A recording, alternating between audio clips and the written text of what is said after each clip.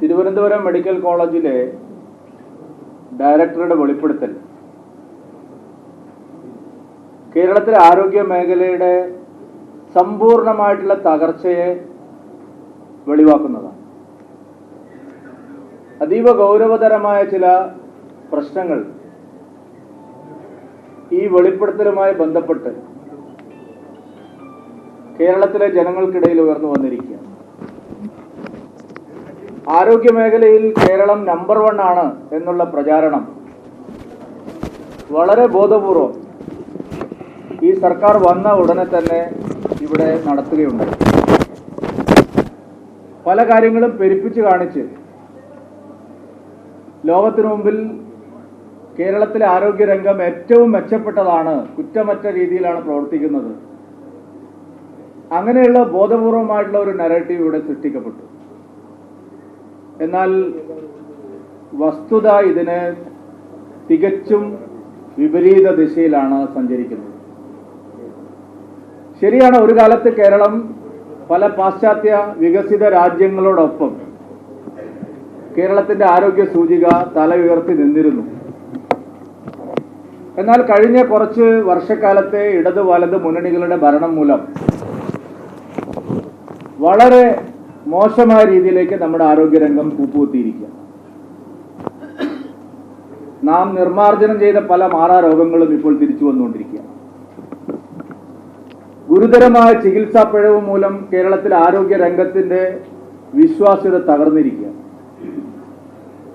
ആവശ്യത്തിന് മരുന്നില്ലാത്തതിന്റെ പേരിൽ രോഗികൾ കഷ്ടപ്പെടുന്നതിന്റെ നേർചിത്രമാണ് കഴിഞ്ഞ ദിവസങ്ങളിൽ വെളിപ്പെട്ടത്.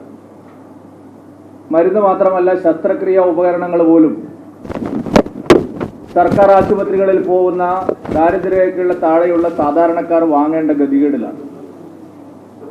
സർക്കാർ മെഡിക്കൽ കോളേജ് മുതൽ പ്രാഥമിക ആരോഗ്യ കേന്ദ്രം വരെ മരുന്നില്ല, ആവശ്യത്തിന് ഡോക്ടർമാരില്ല, നഴ്സുമാരില്ല, ചികിത്സാ സൗകര്യങ്ങളില്ല. ICU യൂണിറ്റിൽ പോലും പൊട്ടിത്തെറികൾ ഉണ്ടാവുന്നു, തീപിടുത്തം ഉണ്ടാവുന്നു, പലപ്പോഴും കറണ്ടില്ലാത്ത സാഹചര്യം വരുന്നു, ഓക്സിജൻ സിലിണ്ടറുകൾ ലഭിക്കാത്ത സാഹചര്യം വരുന്നു. കൊച്ചുകുട്ടികൾ പോലും ദാരുണമായിട്ട് ആശുപത്രി മുറികളിൽ കൊല ചെയ്യപ്പെടുന്നു.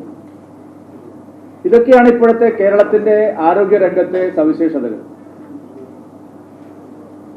കഴിഞ്ഞ 5 വർഷത്തിനിടയിൽ, പ്രത്യേകിച്ച് വീണ ജോർജ് ആരോഗ്യമന്ത്രിയായി ചുമതലയേറ്റതിന് ശേഷം ആരോഗ്യരംഗം ഒരു നാഥനില്ല കളരിയായി മാറി. ഒന്നാം പിണറായി വിജയൻ സർക്കാരിന്റെ കാലത്ത് ആരോഗ്യമന്ത്രിയായിരുന്ന ശൈലജ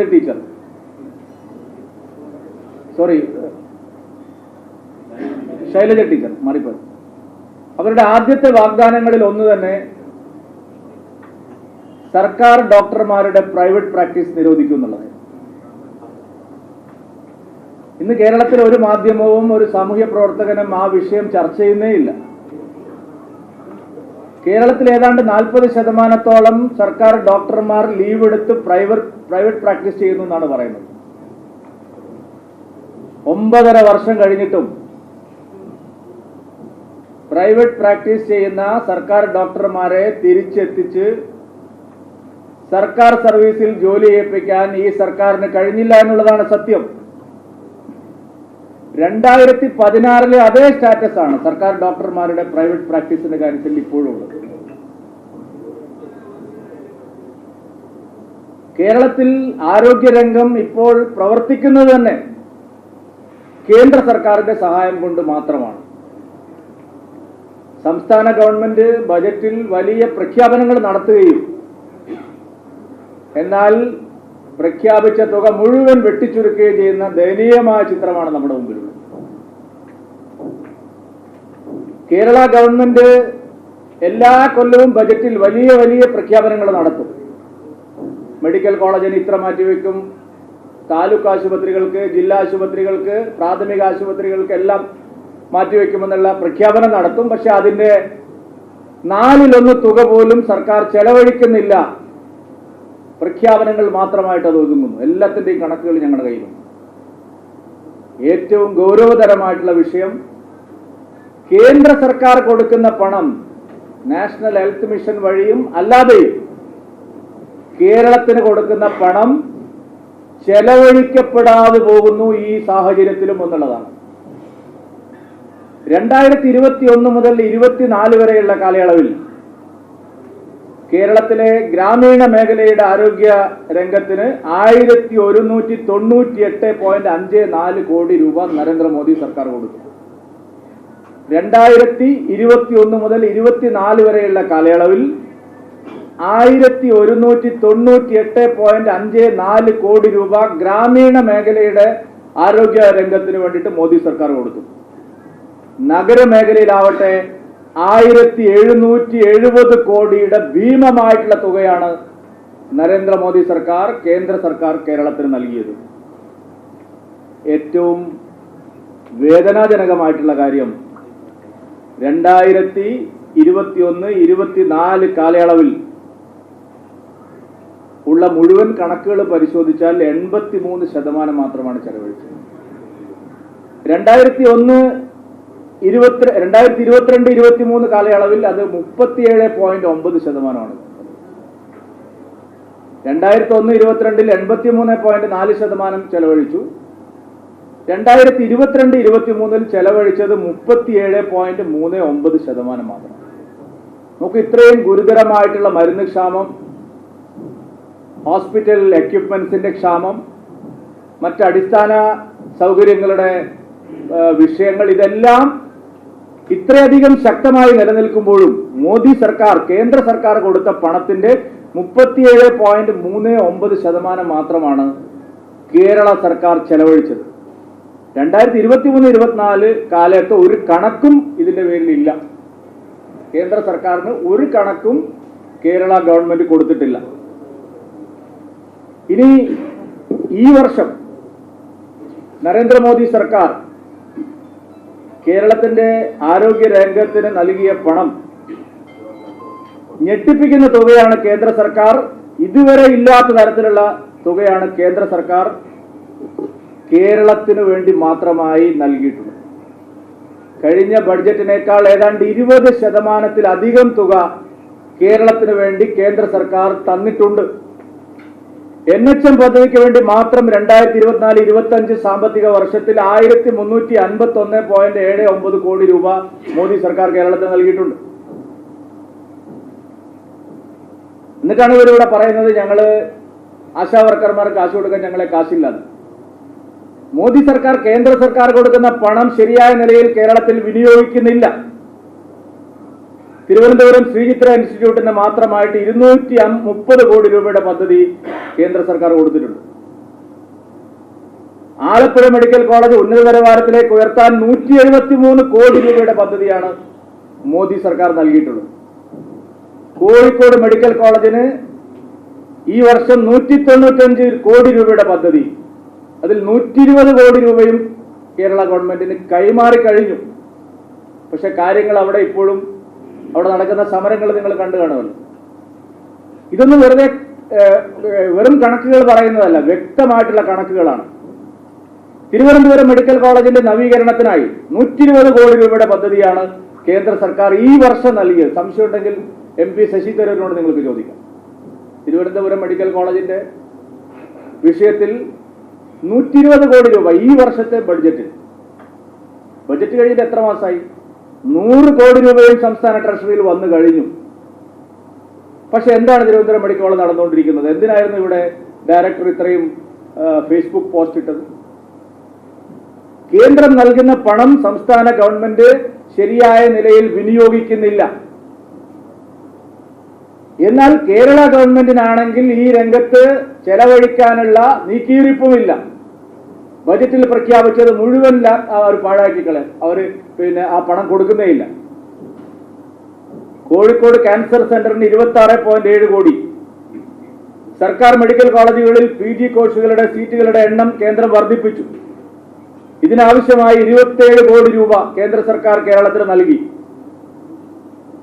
എണ്ണി പറഞ്ഞാൽ കേരളത്തിന് ഇന്നേ വരെ ലഭിച്ചിട്ടില്ലാത്ത അത്രയും വലിയ ആനുകൂല്യങ്ങളാണ് കഴിഞ്ഞ 11 വർഷവും കേരളത്തിന് നരേന്ദ്രമോദി സർക്കാർ നൽകിയത്. UPA ഗവൺമെന്റിന്റെ 2004 മുതൽ 14 വരെയുള്ള 10 വർഷം നൽകിയതിന്റെ 15 മടങ്ങ് തുക കഴിഞ്ഞ 11 വർഷം കൊണ്ട് കേരളത്തിലെ ആരോഗ്യ രംഗത്ത് നരേന്ദ്രമോദി സർക്കാർ നൽകിയിട്ടുണ്ട്. ഞാൻ വീണ ജോർജിനോട് മുഖ്യമന്ത്രി പിണറായി വിജയനോട് ചോദിക്കുന്നു, സ്റ്റേറ്റ് ഗവൺമെന്റ് കേരളത്തിലെ ആരോഗ്യ രംഗത്തിന് കഴിഞ്ഞ 9 വർഷം എത്രയാണ് നൽകിയത്? മോദി സർക്കാർ കഴിഞ്ഞ 11 വർഷം കേരളത്തിലെ ആരോഗ്യ രംഗത്തെ ആവശ്യങ്ങൾക്ക് വേണ്ടി എത്രയാണ് നൽകിയത്? പറയാൻ തയ്യാറില്ല. കേന്ദ്രം നൽകിയ കണക്ക് പോലും നടത്താൻ തയ്യാറാവുന്നില്ല. ഇവിടെ ഫലപ്രദമായി നടന്നിരുന്ന പല പദ്ധതികളും ഇതിനിടയിൽ ഇല്ലാതായി. ഇപ്പൊ എന്തായി? കാരുണ്യ.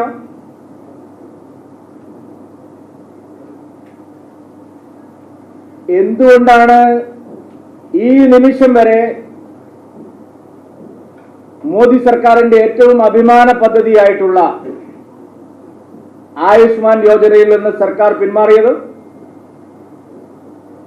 70 വയസ്സ് കഴിഞ്ഞവർക്ക് സമ്പൂർണമായിട്ടുള്ള സൗജന്യ ചികിത്സ ഉറപ്പുവരുത്തുന്ന വയോവന്ദൻ പരിപാടിയിൽ നിന്ന് എന്തുകൊണ്ട് ആ MOയിൽ ഒപ്പിടാൻ സർക്കാർ തയ്യാറാവുന്നില്ല?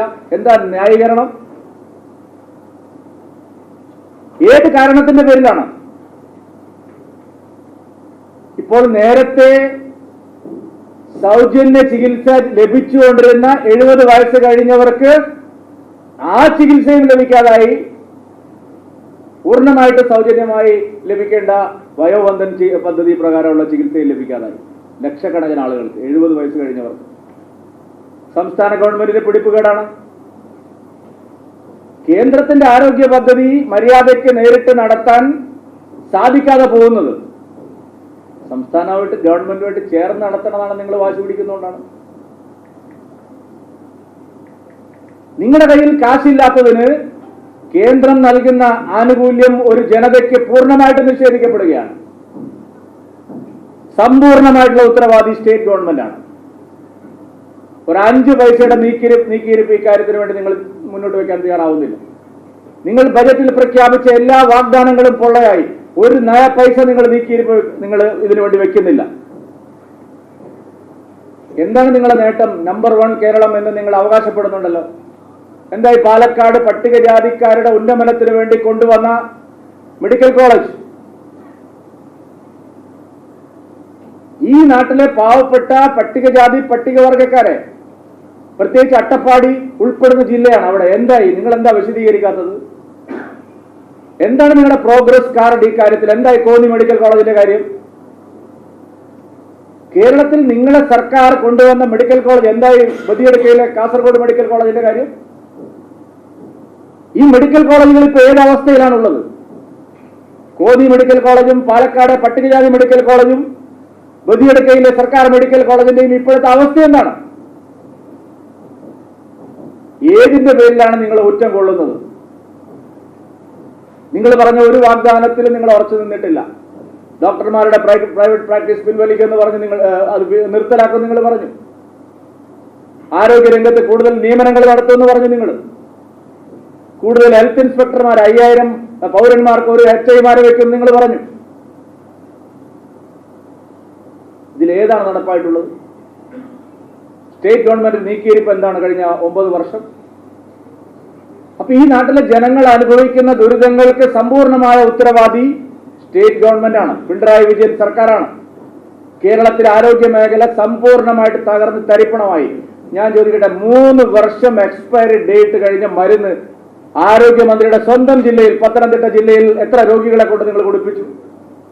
ലോകത്ത് ഏതെങ്കിലും ഒരു പരിഷ്കൃത സമൂഹത്തിന് മുമ്പിൽ നിങ്ങൾക്ക് ചൂണ്ടിക്കാണിക്കാൻ പറ്റുന്ന കാര്യമാണോ? നിങ്ങൾ മാധ്യമങ്ങൾ തന്നെ ഉയർത്തിക്കൊണ്ടുവന്നതാണ്. ആരോഗ്യമന്ത്രിയുടെ പത്തനംതിട്ട ജില്ലയിൽ മാത്രം 3 വർഷം എക്സ്പയറി ഡേറ്റ് കഴിഞ്ഞ മരുന്ന് രോഗികൾക്ക് വിതരണം ചെയ്തില്ലേ? സർക്കാർ ആശുപത്രികളിൽ മരുന്നുണ്ടാവും. കോവിഡ് കാലത്ത് പോലും നിങ്ങൾ ഭീകരമായ കൊള്ള നടത്തി. 20 പൈസയ്ക്ക് കിട്ടേണ്ട ബി കോംപ്ലക്സ് ഗുളികകൾ നിങ്ങൾ ₹1.65 വിറ്റു. കോവിഡ് കാലത്ത് എന്തായിരുന്നു PPE കിറ്റിന്റെ മാർക്കറ്റ് വിലയും സംസ്ഥാനം വാങ്ങിയ വിലയും? മെഡിക്കൽ സെയിൽസ് സർവീസ് കോർപ്പറേഷൻ ഏറ്റവും വലിയ വെള്ളാനയാണ് കേരളത്തിൽ. ഇപ്പൊ പല കരാറുകാരും ഇല്ല. മൂന്നിലൊന്ന് കരാറുകാരേ ഉള്ളൂ. അതായത് ഇപ്പൊ മെഡിക്കൽ കോളേജ്, ഇപ്പൊ കേരളത്തിലെ ആരോഗ്യ രംഗത്ത് മരുന്ന് കൊടുക്കാൻ നല്ല കമ്പനികളൊന്നുമില്ല. നിങ്ങൾ കുടിശ്ശികയാക്കിയതുകൊണ്ട്. നേരത്തെ എന്റെ കണക്കുണ്ടായിരുന്നു, നേരത്തെ 216 ഫാർമസ്യൂട്ടിക്കൽ കമ്പനികൾ ഓപ്ഷനിൽ പങ്കെടുത്തിരുന്നു. പ്രധാനപ്പെട്ട പല ലോകോത്തര നിലവാരമുള്ള പല കമ്പനികൾ. ഇപ്പൊ 187 കുറഞ്ഞു. കാശ് കൊടുക്കാനുണ്ട്, അപ്പൊ അധികം വില കൂട്ടി കൊടുക്കുകയാണ്. ഒരു തരത്തിലുള്ള ഓഡിറ്റിംഗ് നടക്കുന്നില്ല. നല്ല തീവെട്ടിക്കൊള്ളയാണ് നടക്കുന്നത് മെഡിക്കൽ പർച്ചേസിന്റെ കാര്യത്തിൽ. ഇതിലെല്ലാം ഇടനിലക്കാർ, മന്ത്രി തന്നെ നേരിട്ട് നിർത്തിയിട്ടുള്ള ഇടനിലക്കാർ വഴിയാണ് കാര്യങ്ങൾ നടത്തുന്നത്. ഏറ്റവും ഭീകരമായ അഴിമതിയാണ് ഈ ദാരുണമായ അവസ്ഥയ്ക്കിടയിലും കേരളത്തിലെ ആരോഗ്യരംഗത്ത് നടക്കുന്നത്. സമഗ്രമായ അന്വേഷണം വേണം, ധവളപത്രം പുറപ്പെടുവിക്കണം. കേരളത്തിലെ ആരോഗ്യ രംഗത്ത് കഴിഞ്ഞ 11 വർഷം കേന്ദ്രം എത്ര തന്നു, സംസ്ഥാനത്തിന്റെ നീക്കിയിരിപ്പ് എത്രയാണ്, കേന്ദ്രം നൽകിയതിൽ എത്ര ചെലവഴിച്ചു, എത്ര ലാപ്സായി, എത്ര വെട്ടിപ്പ് നടന്നു. സോഷ്യൽ ഓഡിറ്റിങ്ങിന് വിധേയമാവേണ്ട വിഷയമാണ്. ഗൗരവമായ അന്വേഷണം ആവശ്യമുണ്ട്. Medical college director Facebook post ഇട്ടപ്പോ ആദ്യം എതിർത്തവര് പിന്നീട് അദ്ദേഹത്തെ വിശുദ്ധനാക്കാൻ ശ്രമിക്കുന്നതിന് പിന്നിൽ നടന്നിട്ടുള്ള പല അഴിമതികളും പുറത്തു വരുമെന്നുള്ള ഭയമാണ്. ഭീകരമായ തീവെട്ടിക്കൊള്ള ഇവിടെ നടന്നിരിക്കുന്നു. ഗുരുതരമായ മനുഷ്യാവകാശ ലംഘനങ്ങളാണ് സംസ്ഥാനത്തെ ആരോഗ്യ മേഖലയിൽ നടക്കുന്നത്. അതുകൊണ്ട് ഇതൊരു ചെറിയ വിഷയമല്ല, മഞ്ഞുമലയുടെ ഒരറ്റം മാത്രമാണ് ഇപ്പോൾ ഡയറക്ടറുടെ വെളിപ്പെടുത്തലിലൂടെ പുറത്തു വന്നിരിക്കുന്നത്. ഇതിനെക്കുറിച്ച് സമഗ്രമായ അന്വേഷണം വേണമെന്ന് ഭാരതീയ ജനതാ പാർട്ടി ആവശ്യപ്പെടുകയാണ്. ഈ വിഷയത്തിൽ ശക്തമായിട്ടുള്ള സമരപരിപാടികളുമായിട്ട് മുന്നോട്ട് പോകാനാണ് ഞങ്ങൾ തീരുമാനിച്ചിരിക്കുന്നത്. വരും ദിവസങ്ങളിൽ കേരളത്തിലെ ആരോഗ്യ രംഗത്തെ രക്ഷിക്കാൻ ആവശ്യമായിട്ടുള്ള ഇടപെടലിനായി ശക്തമായിട്ടുള്ള പ്രതിഷേധവുമായിട്ട് ഞങ്ങൾ മുമ്പോട്ട് പോകും.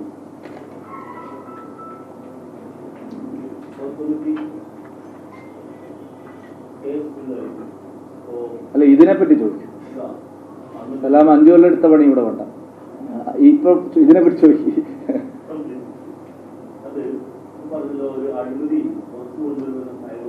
ആ,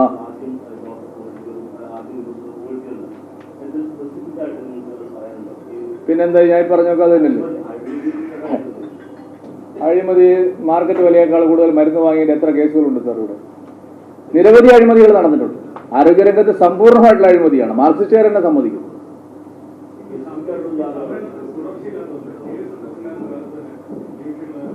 വളരെ നല്ല അഭിപ്രായം, നന്ദിയുണ്ട്. വേറെ തുടർച്ചയൊക്കെ ഉണ്ട്, എല്ലാ സമരങ്ങളും തുടർച്ചയായിട്ട് നടക്കും.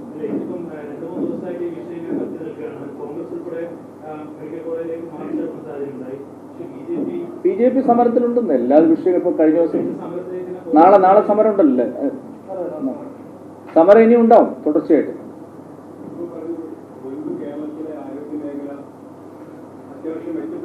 അതെ, അത് തിരുവിതാംകൂർ രാജാക്കന്മാരുടെ കാലം മുതൽ നിങ്ങൾക്കൂടെ അന്വേഷിച്ച് അറിയാമല്ലോ. ഇത് ഇപ്പോഴുള്ളതാണോ? നിങ്ങളൊരു നെറേറ്റീവ് ഉണ്ട് ഇവിടെ. പിണറായി മറ്റേയാളും വന്നിട്ടാണ് ഇവിടെ നേരെ. പണ്ട് മുതലേ കേരളത്തിലെ ആരോഗ്യ രംഗത്ത് രാജവംശങ്ങളുടെ കാലം മുതൽ എന്താ ചിരിക്കുന്നു? ഇവിടുത്തെ പ്രധാനപ്പെട്ട പല സ്ഥാപനങ്ങൾ ആരാ തുടങ്ങിയത്? നിങ്ങളുടെ ഒരു നെറേറ്റീവാണത്. ഈ ഞങ്ങൾ വന്നതിന് ശേഷമാണ് എല്ലാം ഉണ്ടാക്കി. ഒന്നുമല്ല, അതിനു മുമ്പ് തന്നെ നല്ല വിദ്യാഭ്യാസം, ആരോഗ്യം, ഈ 2 മേഖലകളിലും രാജവംശത്തിന്റെ കാലം മുതൽ നമ്മുടെയൊക്കെ ഒരു അഭിമാനം ഉണ്ടായിരുന്നു. അത് നിങ്ങൾ തകർത്തു. LDF, UDF. അങ്ങനെ ഞാൻ പറഞ്ഞില്ല, എഴുതാത്ത വായിക്കേണ്ടതല്ല. അവർ നല്ല കാര്യം ചെയ്തിട്ടുണ്ട്. പിന്നെ എന്താ, അവർ ഇത്രയും നല്ല വിദ്യാഭ്യാസ, ആരോഗ്യ, പൊതുജനാരോഗ്യം, അവരുടെ സംഭാവനകൾ വിലമതിക്കാനാവത്ത.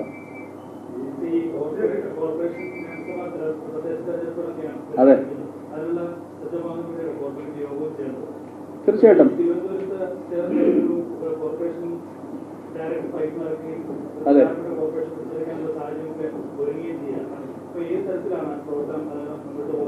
അല്ല, അങ്ങനെ ഒരു കോർപ്പറേഷന് മാത്രമായിട്ട് ഞങ്ങൾ നിജപ്പെടുത്തിയിട്ടില്ല. പഴയ കഥയാണ്. ഇപ്പോൾ എല്ലാ കോർപ്പറേഷനുകളിലും, എല്ലാ മുനിസിപ്പാലിറ്റികളിലും, അതുപോലെ എല്ലാ വാർഡുകളിലും വിജയിക്കാൻ ആവശ്യമായിട്ടുള്ള തയ്യാറെടുപ്പാണ് ഞങ്ങൾ നടത്തിക്കുന്നത്.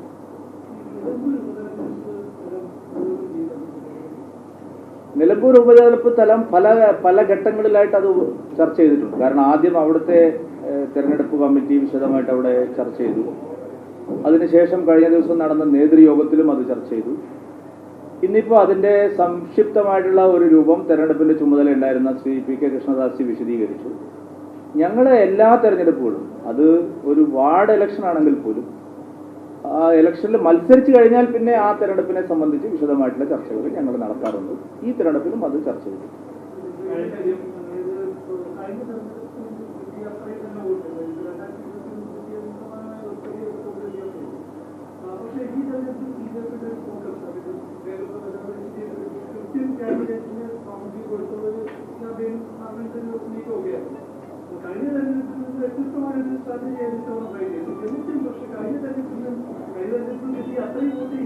നാച്ചുറലി ഇന്ന് ബൈ ഇലക്ഷനിൽ എപ്പോഴും ഒരു തേർഡ് പാർട്ടിക്ക് എപ്പോഴും അത്ര വലിയൊരു പ്രതീക്ഷ ഇല്ലല്ലോ. അത് ഞങ്ങൾ നേരത്തെ തന്നെ ആ കാര്യം ആലോചിച്ചതാണ്. ഒരു ഘട്ടത്തിൽ ഞങ്ങൾ ഈ തെരഞ്ഞെടുപ്പിൽ മത്സരിക്കണോ വേണ്ടോ എന്ന് വരെ ആലോചിച്ചതാണ്. കാരണം ഇങ്ങനെ നമുക്കൊരു റിലവൻസ് ഇല്ലാത്ത മണ്ഡലങ്ങളിൽ പോയിട്ട് മത്സരിക്കുന്നതിനെ കുറിച്ച് 2 ചർച്ചകൾ വന്നതാണ്. അപ്പോൾ അതുകൊണ്ട് ആ ഇലക്ഷൻ്റെ റിസൾട്ട് സ്വാഭാവികമായിട്ടും ഇതാണ് കേരളത്തിൽ. ഇപ്പോൾ UDF അങ്ങനെ ഒരു നിങ്ങളിപ്പോൾ ഉണ്ടാക്കുന്നുണ്ട് ക്യാപ്റ്റൻ ഇപ്പോൾ ഉടനെ, വെറുതെയാണ് സാർ. ഇത് UDF കയ്യിലുണ്ടായിരുന്ന വളരെ അവരുടെ ശക്തി കേന്ദ്രമായിരുന്ന ഒരു മണ്ഡലമാണ്. LDF ഇടക്കാലത്ത് ചില ഗിമ്മിക്കുകൾ ഉപയോഗിച്ച് ആ മണ്ഡലം പിടിച്ചെടുത്തു എന്നേ ഉള്ളൂ. BJPക്ക് ഒരു 25,000 വോട്ടുള്ള ഒരു മണ്ഡലത്തിലാണെങ്കിൽ നിങ്ങൾ ഈ ചോദിക്കുന്നതിനൊക്കെ അർത്ഥമുണ്ട്. ലോക്സഭയിൽ വോട്ട് കിട്ടും, പക്ഷേ അസംബ്ലിയിൽ എപ്പോഴും അവിടെ വോട്ട് കുറവുള്ള ഒരു മണ്ഡലം അല്ല. അതൊക്കെ ലോക്സഭയിൽ കിട്ടുന്നത് പോലെ നമുക്ക് അസംബ്ലി കിട്ടില്ല. അങ്ങനെ തീരുമാനിച്ചിട്ടില്ല. അല്ലല്ല, അങ്ങനെയല്ല. ഒന്നുമില്ല. അതായത് ഓൾ ഓപ്ഷൻസ് ആർ ഓപ്പൺ എന്നാണ് അന്ന് പറഞ്ഞത്. വേണമെങ്കിൽ മത്സരിക്കാം, അല്ലെങ്കിൽ മത്സരിക്കാതിരിക്കാം. അങ്ങനെ ഒരു ആശയം കുഴപ്പമില്ലെന്ന്. അങ്ങനെയാണ് വോട്ട് സ്റ്റാറ്റസ് കോ മെയിൻറ്റെയിൻ ചെയ്യുന്നില്ല.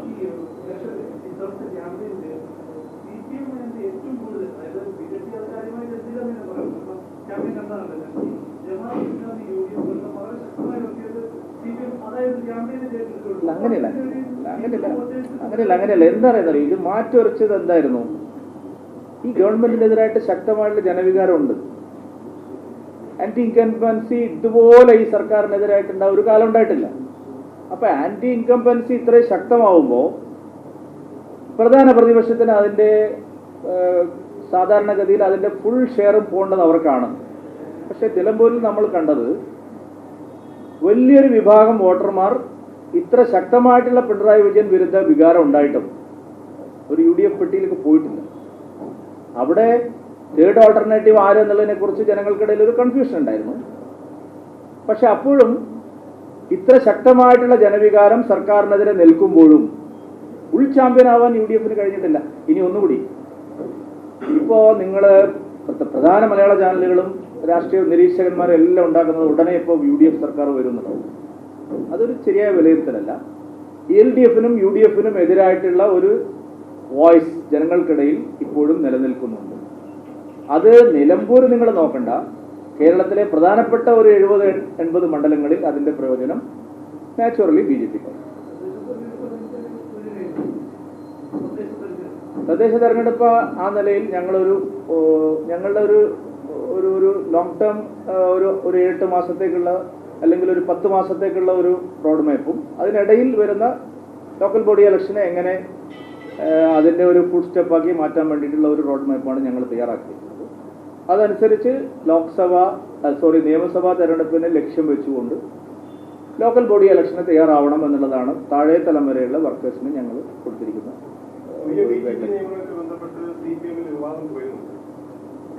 എനിക്കറിഞ്ഞൂടാ ആ വിഷയം. ഞാൻ എല്ലാ വിഷയവും ഞാൻ മറുപടി പറയേണ്ട കാര്യമില്ല. ഇത്ര തന്നെ ഞാൻ പറഞ്ഞത്. നിങ്ങൾ കുറെ പുകമറ ഉണ്ടാക്കിയതോ?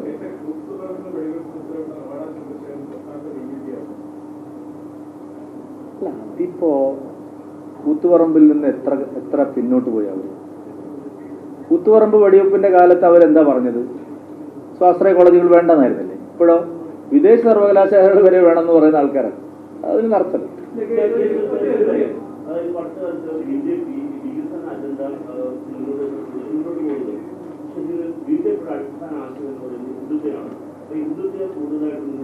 അല്ല, അടിസ്ഥാന ആശയത്തിൽ വെള്ളം ചേർക്കാതെ തന്നെയാണ് വികസന അജണ്ട കൊണ്ടുപോകുന്നത്. നിങ്ങൾക്ക് മാത്രമേ സംശയമുള്ളൂ, ഞങ്ങൾക്കൊരു സംശയമില്ല. അല്ല, അങ്ങനെയൊന്നുമല്ല. ഐഡിയോളജി, കോർ ഐഡിയോളജിയിൽ മാറ്റങ്ങളില്ല. പക്ഷേ സ്ട്രാറ്റജി പല തെരഞ്ഞെടുപ്പുകളിലും പല സമയങ്ങളിലും ഒക്കെ അത് നമ്മുടെ പൊളിറ്റിക്കൽ പാർട്ടി അങ്ങനെയാണ്. നിങ്ങൾ പറയുന്ന പോലെ തന്നെ ഞങ്ങൾ നടക്കണം എന്ന് പറഞ്ഞാൽ ഇങ്ങനെ ശരിക്കും അതൊക്കെ പറയേണ്ടവർ പറഞ്ഞിട്ടുണ്ടല്ലോ.